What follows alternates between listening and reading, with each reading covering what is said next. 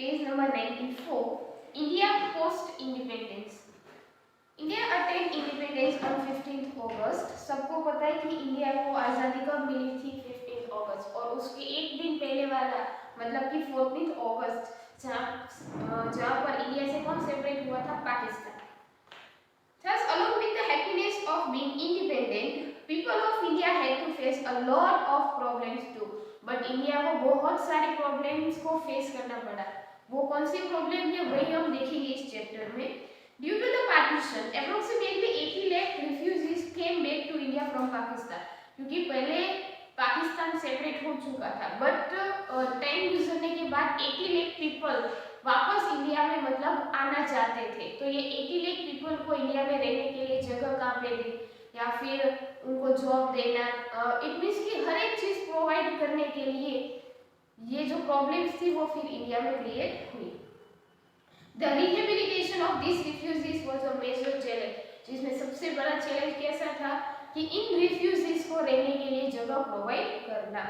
Second challenge was to integrate the 562 small and big princely state into the united India, क्योंकि 562 जितने जो princely state मतलब कि जो छोटे छोटे ऐसे जो विलेजेस थे उन लोगों को कन्विंस करना कि आप इंडिया के साथ मिल जाओ या फिर आपको पाकिस्तान के साथ रहना है, क्योंकि ये सारी प्रॉब्लम्स हुई थी जहाँ पे सरदार वल्लभ भाई पटेल ये जो पर्सन है उन्होंने बहुत कोशिश की थी कि मोस्टली जो प्रिंसली स्टेट मतलब ये जो छोटे छोटे विलेजेस है वो इंडिया के साथ मिल जाए, उसको इंडिया के साथ जोड़ना जरूरी था। The third major challenge was to build a stable political system to fulfill the expectation and hope of the people and develop India into a strong nation. And third challenge ये था कि independence के बाद constitution ready करना है and एक proper administration मतलब कि स्ट्रक्चर इंडिया का करना होगा ताकि वो फ्यूचर में एक स्ट्रॉन्ग नेशन बन सके एंड वहाँ के लोगों की जो एक्सपेक्टेशन है वो पूरी हो जाए। चलो हम आज़ादी लेने वाले थे तो उसकी 3 प्रॉब्लम जो हमें स्टार्टिंग में फेस करनी पड़ी। सबसे पहले जो प्रॉब्लम हमें फेस करनी पड़ी वो ये थी कि पार्टीशन की वजह से जो 80 लाख रिफ्यूजीज जो थे उसको रिहेबिलिटेशन देना, रहने के लिए वापस घर प्रोवाइड करना। 1-2% का समझ में आता है, 80 लाख मतलब कि सोचो कि कितने लोग होंगे। देन कि 80 लाख पर्सन के बाद सेकंड मेजर प्रॉब्लम कौन सी थी कि प्रिंसली स्टेट को कन्विंस करना कि वो यूनाइटेड नेशन मतलब कि इंडिया के साथ मिल जाए।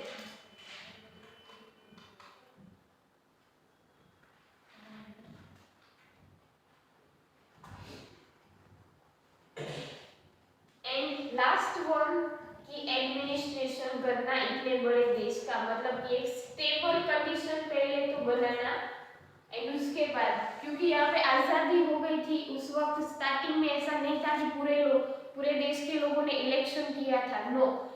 उस वक्त लोग अपनी क्वालिटी अपनी जो काबिलियत के हिसाब से वहाँ पे चूज हुए थे कि कौन क्या काम करेगा। तो इट मीन्स कि स्टेबल एडमिनिस्ट्रेशन। आज के टाइम में हम ऐसा नहीं कर सकते कि चलो मैं ये कर सकता हूँ तो मैं जाके प्राइम मिनिस्टर बन जाऊँ, नहीं।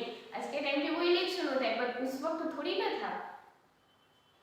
Why was India partition? India का पार्टीशन क्यों हुआ?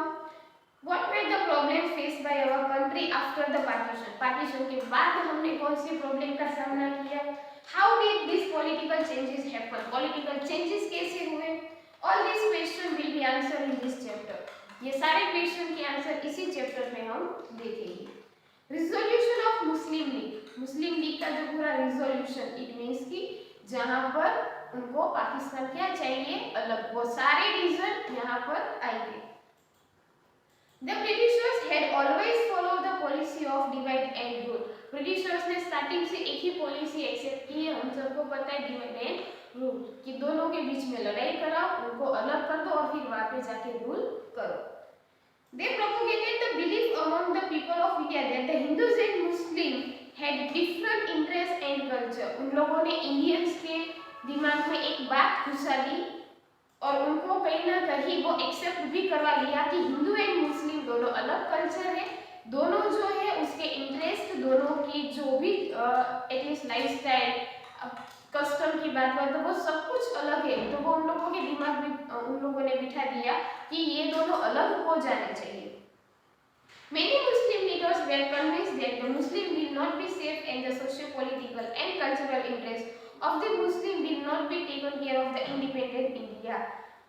बहुत सारे मुस्लिम लीडर, क्योंकि जितने भी मुस्लिम है वहाँ पे अगर आप लीडर को अपने हक में कर दो तो सब कुछ इजी हो जाता है। तो बहुत से जो मुस्लिम लीडर थे उन लोगों को ऐसा समझा दिया उन्होंने कि जो भी कि अगर आप इंडिया में रहे कि आज़ादी के बाद भी चलो हम ब्रिटिशर्स चले जाएंगे, बट इंडिया में आप लोगों को सोशल कल्चरल या फिर इकोनॉमिक कोई भी इंटरेस्ट से अगर आप देखोगे तो आप इंडिया में मतलब कि सेफ कभी नहीं हो पाओगे। मुस्लिम के लिए इंडिया में कोई भी अच्छे जो स्टेप है वो नहीं लिए जाएंगे। इट मीन्स कि आप इंडिया में इतने सेफ नहीं हो पाओगे या फिर आपके साथ पार्शियलिटी की जाएगी।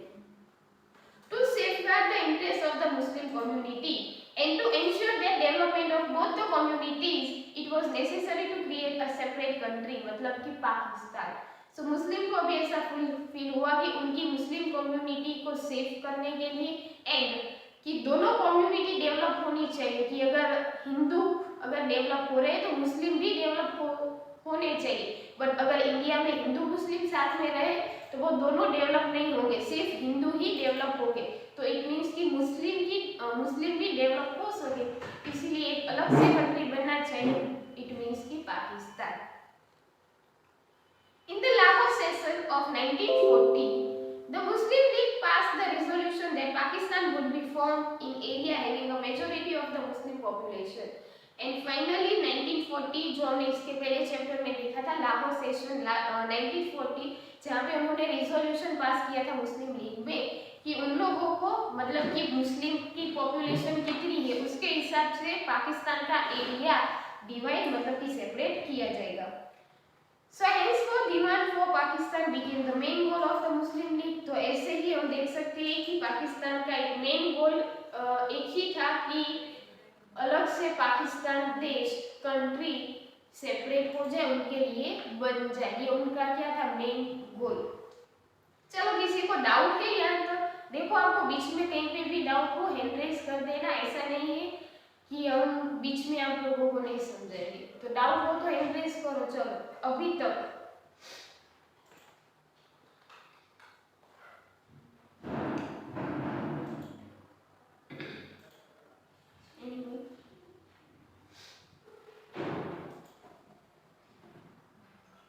मैम फिर से समझाओ ना। ओके, कौन सा पॉइंट फिर से समझाओ? वो पाकिस्तान का लाहौर से। Okay, Pakistan Lahore.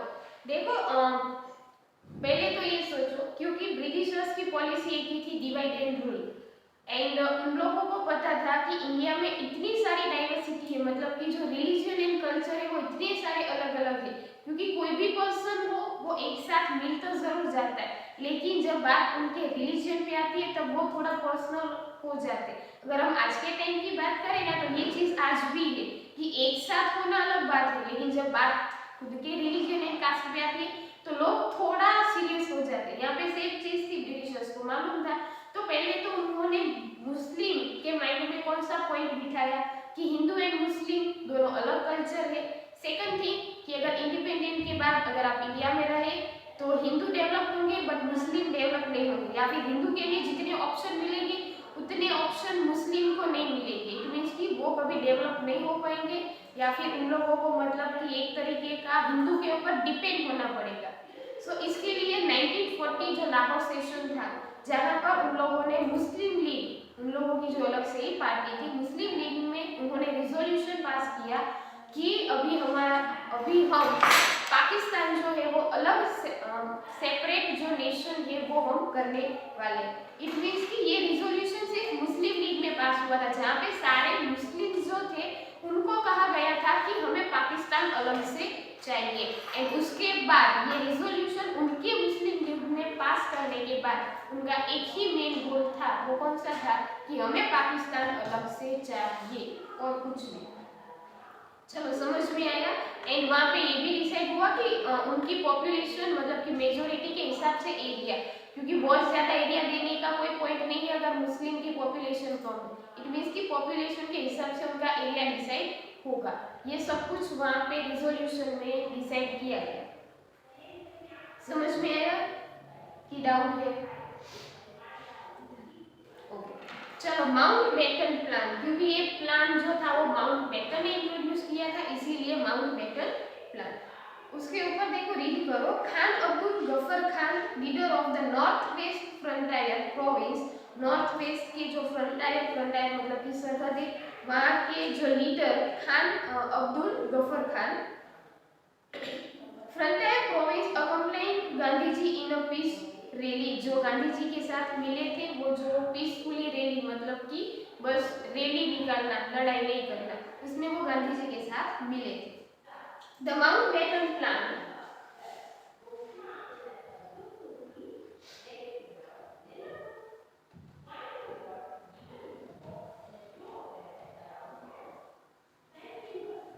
the British had to declare India independent, notwithstanding the intensity of the freedom movement। Britishers ने फाइनली ये डिक्लेयर कर दिया था कि हम इंडिया को आज़ाद करेंगे, इसीलिए नहीं क्योंकि इंडिया के लोगों ने बहुत सारे फ्रीडम मूवमेंट्स किए थे, क्योंकि अभी इंडिया में ऐसा कुछ बचा नहीं था कि वो इंडिया में रुके। Viceroy Mountbatten arrived in India in March 1947, March 1947 जहाँ पे वाइसरॉय जो माउंटबेटन है वो इंडिया में आए। He was of the opinion that the partition was an inevitable condition of the independence of India. Otherwise, the entire country will face communal riots and many people would suffer due to it. जहाँ पे viceroy जो Mountbatten थे, उन्होंने क्या कहा कि अगर आप पार्टीशन करोगे, मतलब कि पार्टीशन करने की वजह से इनएविटेबल कंडीशन, मतलब कि जो कंडीशन है वो कभी भी बिगड़ सकती है, वहाँ पर कभी भी जो कम्युनल रियोट्स थे वो फेस करने पड़ेंगे, क्योंकि यहाँ पे पार्टीशन होने वाला था। नो डाउट कि मुस्लिम को अलग किया जाता था, बट फिर भी वहाँ पर लड़ाई होने के चांसेस इंक्रीज हो सकते थे। ऐसा किसने कहा था? माउंटबेटन ने। Many visionary leaders मतलब कि जो आगे का सोचते हो। So many visionary leaders who knew the reality unwillingly accepted the proposal of the formation of Pakistan। क्योंकि माउंटबेटन ने कहा कि अगर पाकिस्तान को अगर आप सेपरेट नहीं करोगे तो मतलब कि आपके खुद के देश में बहुत सारे ऐसे रियोट्स होने वाले थे, या फिर दंगे फसाद हो सकते थे, लोग मतलब लड़ाई के ऊपर आ सकते थे। तो बहुत सारे विजनरी लीडर्स थे जिनको भी ऐसा लगा, तो उन लोगों को अनविलिंगली, मतलब क्योंकि ये कोई ख्वाहिश या फिर उसमें एक्सेप्ट नहीं करना था, बट फिर भी उन लोगों ने किया क्योंकि लड़ाई होगी ऐसा इंडियंस को भी लगता था। एंड फाइनली उन्होंने प्रपोजल एक्सेप्ट कर दिया। कौन सा प्रपोजल? कि अभी हम पाकिस्तान को सेपरेट करेंगे। The discussion and negotiations continue for 3 months over a series of a meeting। ये जो मीटिंग की जो सीरीज चली थी, जहां पर जो डिस्कशन है, जो नेगोशिएशन था, वो 3 महीने तक चले थे। नेगोशिएशन मतलब कि अच्छे and positive and negative points जिसमें कंबाइन होते, क्योंकि कोई भी डिस्कशन चलती है ना, उसमें नेगोशिएशंस होते हैं, वन टाइप ऑफ डिबेट, अच्छे और बुरे दोनों पॉइंट्स उसमें होते हैं। ऐसा नहीं होता कि एक पर्सन बोला बात पीछे के सारे लोग ऐसा बोलते कि हाँ हाँ भाई चलो ऐसा होना चाहिए, नहीं। तो ये जो पूरा जो डिस्कशन जो था वो 3 महीने तक चला था। Consequently, Mountbatten proposed the plan of the partition of India, which is known as the Mountbatten Plan. And finally, उसका रिजल्ट, उसके एंड में माउंटबेटन ने ये जो प्रपोजल था वो उन्होंने डिक्लेयर किया कि यहाँ पर पाकिस्तान का जो पार्टीशन है वो किया जाएगा। पहले प्रपोजल एक्सेप्ट किया गया था, बट फिर फाइनली उसको डिक्लेयर किया गया कि पाकिस्तान सेपरेट होगा। एंड ये जो डिक्लेरेशन जो था वो कौन से नाम से जाना गया? माउंटबेटन प्लान के नाम से। पहले 3 महीने तक जो डिस्कशन चला, उसके पहले क्या था? सिर्फ प्रपोजल एक्सेप्ट हुआ था, बट फाइनली उसको डिक्लेयर कर दिया। वो डिक्लेयर कब हुआ? जब 3 महीने तक उन्होंने क्या की? डिस्कशन किया, उसके बाद उसको डिक्लेयर किया। एंड जब डिक्लेयर किया तब वो जाना गया माउंटबेटन प्लान के नाम से। The British Parliament passed the Indian Independence Act that finalized the arrangement for partition and abandoned the British suzerainty over the princely states। suzerainty मतलब कि उनके जो कंट्रोल्स थे या फिर उन्होंने जो पावर बिठा रखे थे उसको वापस ले लेना, सीज कर लेना। इंडियन इंडिपेंडेंस एक्ट जो कि फाइनलाइज किया गया, मतलब कि बनाया गया, क्यों? ताकि पार्टीशन की जो भी अरेंजमेंट है वो वहां पे कर सके एंड ब्रिटिशर्स के जो कंट्रोल जो भी प्रिंसली स्टेट में थे वो वापस लिए जाए, ताकि इसीलिए उन्होंने ये इंडियन इंडिपेंडेंस एक्ट को फाइनलाइज किया। माउंटबेटन प्लान में सबसे पहले उन्हें क्या देखा कि वो मार्च 1947 में इंडिया में आया। देन उन्होंने क्या कहा कि ब्रिटिशर्स तो जाने वाले थे, बट उस वक्त एक पॉइंट चल रहा था, वो कौन सा था? पार्टीशन ऑफ पाकिस्तान, पाकिस्तान का पार्टीशन होना चाहिए, बट हम ऐसा नहीं करने वाले थे। बट यहाँ पे माउंटबेटन प्लान ने उनके ओपिनियंस दिए कि वो क्यों होने चाहिए, पार्टीशन क्यों होना चाहिए, क्योंकि अगर पार्टीशन नहीं हुआ तो रिवॉल्ट्स हो सकते थे, दंगे फसाद हो सकते थे, या फिर कम्युनल कोई भी लड़ाई वहाँ पे हो सकती थी, जिसकी वजह से हमारे विजनरी लीडर्स को भी लगा, सो अनविलिंगली उसको एक्सेप्ट किया। तो ये प्रपोजल पाकिस्तान का उन लोगों ने क्या किया? एक्सेप्ट। फिर 3 प्रपोजल एक्सेप्ट करने के बाद जो डिस्कशन जो पूरा था वो 3 महीने तक चला है। फाइनली माउंटबेटन ने उसको डिक्लेयर किया। डिक्लेयर करने के बाद वो माउंटबेटन प्लान के नाम से जाना गया। देन उसके बाद इंडियन इंडिपेंडेंट एक्ट, इसको क्यों फाइनलाइज, मतलब इसको क्यों बनाया गया? ताकि वहां पर पार्टीशन की पूरी प्रोसेस हम कर सके, पार्टीशन के लिए जो भी अरेंजमेंट है वो यहाँ पे कर सके। एंड सेकंड जो पॉइंट था जो कि वो इंडियन इंडिपेंडेंट एक्ट में करने वाले थे वो थे कि ब्रिटिशर्स के पास जितने भी प्रिंसली स्टेट्स थे वो लोग उसको सीज कर सके। इसीलिए इंडियन इंडिपेंडेंट एक्ट को भी किया, बट वो कब? जब माउंटबेटन प्लान डिक्लेयर हो चुका उसके बाद। एंड माउंटबेटन प्लान में एक्चुअली क्या था कि जहाँ पे फाइनली जो पाकिस्तान है वो सेपरेट हो जाएगा, ये सब कुछ उसमें डिसाइड किया गया था। एंड फाइनली सबने एक्सेप्ट भी कर लिया। किसी को डाउट है?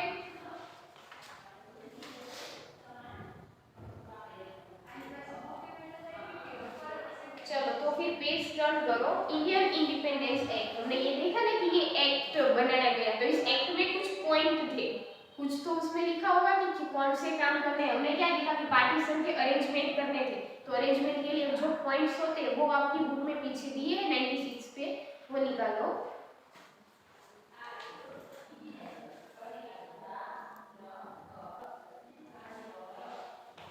चलो उसके बाद 96 the clauses means कि main point of the Muslim Mountbatten plan where Sikh, Hindu and Muslims in Punjab and Bengal legislative assemblies would meet and vote for partition. In a simple majority of either group wanted partition, then this province would be divided. मतलब कि सबसे पहले अगर हम बात करें तो वो एरिया है पंजाब एंड बंगाल, जहाँ पे लेजिस्लेटिव असेंबली के साथ मिलकर वो लोग पार्टीशन के लिए वोट मतलब कि आपको कहाँ पे रहना है, कि अगर पार्टीशन हो रहा है तो आपको पाकिस्तान में जाना है कि इंडिया, उसके लिए। क्योंकि ऐसा नहीं कि बस एरिया को डिवाइड कर दिया एंड लोग अलग हो गए, नहीं, लोगों को भी पूछा गया कि आप लोगों को कहाँ पे रहना है। जहाँ पर सिख, हिंदू एंड मुस्लिम जो कि पंजाब एंड बंगाल में थे, वहाँ पर वोटिंग के हिसाब से उन लोगों को डिसाइड करना था कि उन लोगों को कहाँ पे जाना है। इफ अ सिंपल मेजोरिटी, अगर मोस्टली मेजोरिटी ऐसी आती है कि उनको पाकिस्तान में जाना है या फिर इंडिया में, तो वो एरिया डिवाइड होगा। क्योंकि आप सोचो कि इतना बड़ा एरिया वहाँ पे होगा, सिर्फ सपोज करो एरिया होगा, अगर वहाँ पे आधे से ज्यादा लोग पाकिस्तान में जाना चाहे तो वो जो बंगाल या पंजाब का जो एरिया है वो उसको डिवाइड कर सकते, लेकिन उसमें से बहुत कम लोग हो तो उतने कम लोगों के लिए वो लोग पार्टीशन नहीं कर सकते। तो फिर उन लोगों को वो एडजस्ट करना होगा कि वो लोग वहीं पे रहे, और अगर एडजस्ट नहीं करने होते तो वो लोग भूल जाए कि इस एरिया में उनके हाउसेस है, वो लोग डायरेक्टली वहाँ पे जा सकते थे। क्योंकि ऐसा बहुत कुछ हुआ था, जैसे कि अगर आप बात करो ना कि पाकिस्तान में बहुत सारे हिंदू भी रहते जबकि उनको नहीं रहना था। उनके रीजन क्या थे वहाँ पे रहने के? क्योंकि उनका घर वहाँ पे था, क्योंकि अगर उनको वहाँ पे नहीं रहना तो उनको वो घर भूलना पड़ेगा, कि छोड़ देना होगा कि, और फिर वो इंडिया में आ सकते थे। तो सेम कंडीशन यहाँ पे होगी। बहुत सारे लोगों को पार्टीशन की वजह से क्या हुआ, क्योंकि मेजोरिटी थी इसलिए एरिया डिवाइड हो चुका, क्योंकि एरिया डिवाइड तभी होगा जब वहाँ पे मेजोरिटी ज्यादा होगी। एंड अगर मेजोरिटी ज्यादा नहीं है तो फिर वहाँ के लोगों को थोड़ा कॉम्प्रोमाइज करना होगा। इट मीन्स कि या तो इंडिया में या फिर पाकिस्तान में रहना है तो उनको घर छोड़ के जाना पड़ेगा। अगर हाँ पार्टीशन के हिसाब से आपका एरिया या घर उसी जगह पे आता है तो फिर कोई प्रॉब्लम नहीं है। तो ये चीज पहले डिसाइड की गई पंजाब एंड बंगाल पे। उसके बाद Sindh was to take its own decision, Sindh जो था वो उनके खुद के डिसीजन ले सकता था। इट मीन्स कि वहाँ पे जो लेजिस्लेटिव असेंबली थी, वोटिंग, वो बिठाने की जरूरत नहीं थी। वहाँ के लोग आपस में डिसाइड करके उन लोगों को बता सकते थे कि हमने ये डिसाइड किया। द फेट मीन्स की जो पूरी जो conditions, the condition of north west frontier province and Sylhet district of Assam was to be decided by a referendum. यहाँ पे रेफरेंडम मतलब कि उनको एक प्राइमरी चॉइस दी गई, जहाँ पे नॉर्थ वेस्ट फ्रंटियर एंड जो आसाम का एक जो डिस्ट्रिक्ट दिया है साइलेंट, उन लोगों को मतलब फिक्स ऐसा दिया गया था कि वो जो एरिया है वो इंडिया के साथ ही कंबाइन होगा। India would be independent by 15 August 1947, ये हमें ऑलरेडी मालूम है। The separate independence of Bengal was ruled out, and Bengal का जो सेपरेट जो हिस्सा था वो इंडिपेंडेंस में ही रूल किया जाएगा। इट मीन्स कि बंगाल का जो एरिया है ब्रिटिशर्स के टाइम नो डाउट वो सेपरेट हुआ था, बट फाइनली वो हिस्सा कहीं ना कहीं इंडिया के अंदर ही था। A boundary commission to be set up in case of partition. Boundary commissions, क्योंकि पार्टीशन के हिसाब से दोनों कंट्री के बीच में एक बाउंड्री होनी बहुत ही जरूरी थी। अभी सोचो कि इंडिया एंड पाकिस्तान के बीच में बाउंड्री नहीं होती तो आप गैस करो कि लड़ाइयाँ कितनी होती, या फिर इंडिया या पाकिस्तान में कोई ना कोई दोनों में से एक कंट्री सेफ नहीं होता। The princely state could join any one of the unions, and if they were not willing to join any of the unions, then they were free to remain independent. जो भी princely state है, क्योंकि सबसे बड़ी जो problem थी वो princely state की ही थी, क्योंकि princely state के पास ऐसा राइट था कि वो उनकी चॉइस के पास था कि उनको इंडिया में रहना है कि पाकिस्तान में, और अगर उनको इंडिया या पाकिस्तान कहीं पे भी नहीं रहना तो वो अपने आप अकेला मतलब कि इंडिपेंडेंट हो सकता है। अगर आप लोगों को मालूम हो कि जो कश्मीर का एरिया है या फिर जो जूनागढ़ का एरिया या फिर हैदराबाद, ये सारे ऐसे प्लेसेस थे जिनको इंडिया में भी नहीं जाना था, उनको पाकिस्तान के साथ भी नहीं जुड़ना था। अगर आपको कभी ये स्टोरी याद हो, बट फिर भी कंडीशन आगे जाके ऐसी क्रिएट हुई थी कि उन लोगों को इंडिया या फिर पाकिस्तान के साथ जुड़ना पड़ा, जिसमें हैदराबाद या जूनागढ़ हमें ऑलरेडी पता है कि इंडिया के साथ वो जुड़ गए थे। बट जो कश्मीर था, जिसमें से आज भी मतलब अभी नहीं है क्योंकि अभी वो एक्ट के बाद पूरा कश्मीर हमें मिल चुका है, लेकिन अभी तक की अगर हम बात करें तो वो कश्मीर में वो लड़ाई होती थी कि इंडिया बोलते हैं कश्मीर हमारा है, पाकिस्तान कहते हैं कश्मीर हमारा है। उसकी पूरी स्टोरी क्या है वो आप इस चैप्टर में देखोगे। According to the Indian Independence Act and Mountbatten Plan, India was divided into India and Pakistan. Mountbatten Plan and independence act, ये जो दोनों हमने बनाया था उसके हिसाब से अभी दोनों देश सेपरेट हो जाएंगे, मतलब India and Pakistan. Mountbatten was appointed as India's first governor general. याद रखना, मैंने कहा था ना कि 1947 में हम आजाद हो चुके थे, लेकिन फिर भी हमारे लीडर जो थे वो ब्रिटिशर ही थे, मतलब माउंटबेटन।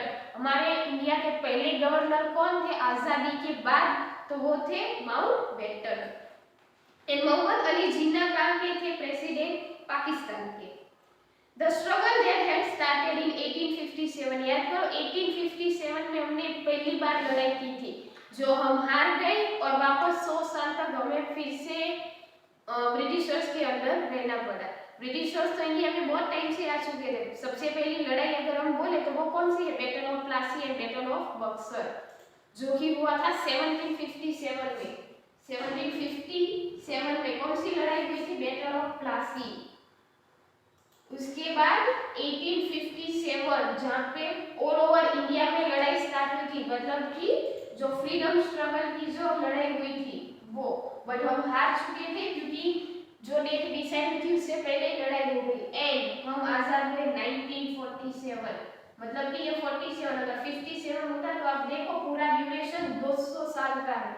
200 साल तक इंडिया में किसने रूल किया, ब्रिटिशर्स ने। जो लड़ाई हमने यहाँ पे स्टार्ट की 1857 में वो फाइनली पूरी कब हुई, 1947 में। Sindh, Baluchistan, west Punjab, north west frontier, east Bengal, ये सारे एरियाज किसके साथ जुड़ गए थे, पाकिस्तान के साथ। पाकिस्तान के साथ जुड़ने के बाद फिर उनको पाकिस्तान ही नाम दिया गया। आपको पता हो कि बहुत सारे ऐसे नाम हैं जो इंडिया में भी है, पाकिस्तान में मतलब कि नाम, जैसे कि आप बोलो हैदराबाद, तो हैदराबाद इंडिया में भी है, पर कभी सर्च करना हैदराबाद पाकिस्तान में भी है। लाहौर, ये सारे ऐसे कुछ प्लेसेस है कि आप सर्च करो ना तो वो दोनों जगह पे दिखाई देंगे, क्योंकि उनके कुछ हिस्से इंडिया में होते हैं, कुछ एरिया उनके हिस्से में होता है। The rest of the region, इसके अलावा जो भी हिस्से बचे थे वो किसके साथ जुड़े थे? इंडिया के साथ। रेजोइसिंग द इंडिपेंडेंस, रेजोइसिंग मतलब कि हमारी खुशी का ठिकाना नहीं था, तो हमने उसको कैसे सेलिब्रेट किया। The wave of happiness and celebration swept the nation, पूरे देश को मतलब कि भिगो के रखा था, ऐसा हम बोल सकते हैं। इट मीन्स कि पूरे देश में सभी लोग काफी खुश थे क्योंकि हम आजाद हो चुके थे। We have become free from the shackles of slavery, हम एक गुलामी की जो मतलब कि हथकड़ी थी, हैंडकफ, उसमें से अभी हम आजाद हो चुके थे, अभी हम गुलाम नहीं थे किसी के भी। Innumerable revolutionaries and freedom fighters have sacrificed their life, जिस आजाद करवाने में बहुत सारे रिवोल्यूशनरीज ने, बहुत सारे फाइटर्स ने हमारे लिए अपनी जान दी है। Many known and unknown people have contributed in a small or big way, even beyond their capacity in the freedom struggle to make us independent, हमें आजादी दिलाने में बहुत ही नॉन अननोन या फिर कोई ऐसे लोग थे जिनकी कैपेसिटी नहीं थी, फिर भी कैपेसिटी के बाहर जाके उन लोगों ने कोशिश की है कि हमें आजादी मिल जाए। Jawaharlal Nehru, the first prime minister of independent India, and unfurled the tricolor flag of our country at the Red Fort in Delhi by replacing the Union Jack of England. Jawaharlal Nehru जो हमारे पहले प्राइम मिनिस्टर थे, हमारे पहले गवर्नर कौन थे? तो वो माउंट बेटन। यहाँ पे अगर हम बात करें जवाहरलाल नेहरू, तो उन्होंने आज़ादी के बाद जो रेड फोर्ट जो है दिल्ली में, वहाँ पर इंग्लैंड का जो फ्लैग था मतलब कि जैक ऑफ इंग्लैंड, उसको हटाकर हमारा जो ट्राइकलर जो फ्लैग है उसको वहाँ पे अनफ्लर किया। The nation was rejoicing in the glory of independence, पूरा देश इसको सेलिब्रेट कर रहा था, इसकी खुशी में डूब चुका था। कौन सी खुशी? तो आज़ादी, इंडिपेंडेंस की खुशी में। द प्रिंसली स्टेट आज नहीं ले रहे हैं, बट यहाँ तक किसी को डाउट है, क्योंकि ये जो प्रिंसली स्टेट है वो हमारा यहाँ से मेन टॉपिक बनेगा, क्योंकि यहाँ पे 562, आप सोचो कि कितनी प्रिंसली स्टेट है जिसको इंडिया के साथ जोड़ना बहुत ही जरूरी था, क्योंकि उनके पास एक राइट था कि उनको इंडिया के साथ जुड़ना है तो इंडिया के साथ, पाकिस्तान के साथ जुड़ना है तो पाकिस्तान के साथ, बट उसके पास तीसरा राइट क्या था कि अगर दोनों के साथ नहीं जुड़ना तो वो इंडिपेंडेंट रह सकते हैं। तो ये हम देखेंगे जिसमें कश्मीर, हैदराबाद एंड जूनागढ़ तीनों की स्टोरी इसमें आ जाएगी। बट यहाँ तक किसी को डाउट है?